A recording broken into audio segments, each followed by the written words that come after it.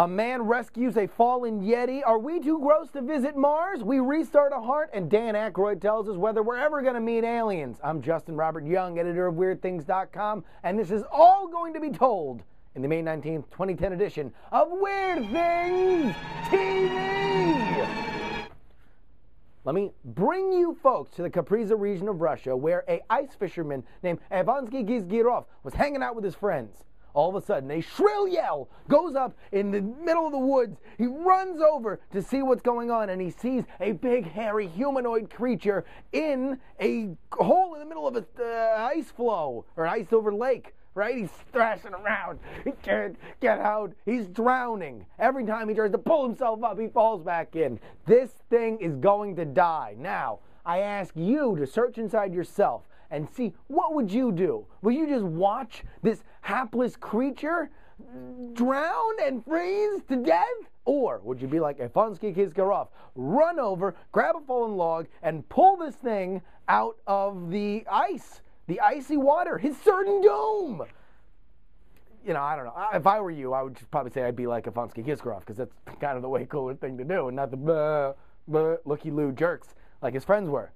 Now, this is the one thing that I would blame the story where this came from, and it came from Cryptomundo to us, but it was a Russian newspaper originally. They didn't ask Evansky what happened after he rescued the Yeti.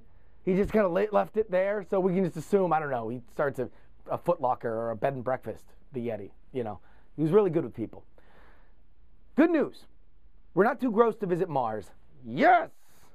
According to a new NASA study, the germs that we were so afraid we were going to bring to Mars, and that's why we have to, you know, put all our astronauts in safe rooms, and we prepare the Mars rover. It has to be in all super, super clean, airtight facilities where no possible germs can get on there. Because, you know, we were worried that, like, in 150 years, we were going to be conquered by some Martian race that was spawned from butt sweat and Cool Ranch Dorito crumbs, right? Turns out, doesn't matter.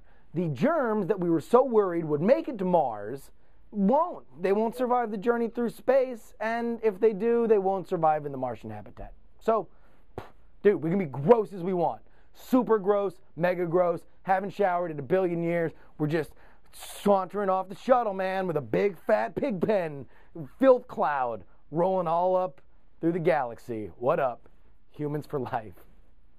And speaking of humans and life, we can restart hearts. Yes! According to a new Harvard startup named Progenica, they've taken a human heart that's been dead for 24 hours and restarted it. Seriously, folks, this is insane. You can see the video right there. It's happening. That heart was dead, man. That was a dead heart, and now it's alive. And I don't know if you guys can like grasp how crazy this is. Like, this was not happening outside of pet cemeteries and the dude from Reanimator, and now it's there. Look, it's happening. It's a live heart. It's crazy. We leave you for this episode of Weird Things TV with our foremost thought leader on alien invasion. Not really. Comedy legend Dan Aykroyd was on Larry King Live and gave this estimation on whether we would ever be visited by aliens. I don't think we will ever have a formal relationship, a formal contact with any alien species out there, especially after 9/11. There we go. 9/11 kind of soured aliens on us. Just so you know, Dan Aykroyd says it, and so it shall come to pass. That has been Weird Things TV for today. If you want to follow us, it is WeirdThings.com on Twitter, or go to the website, WeirdThings.com on the interwebs. Until next time, I'm Justin Robert Young. Stay weird. I'm serious. Yankee, Hotel.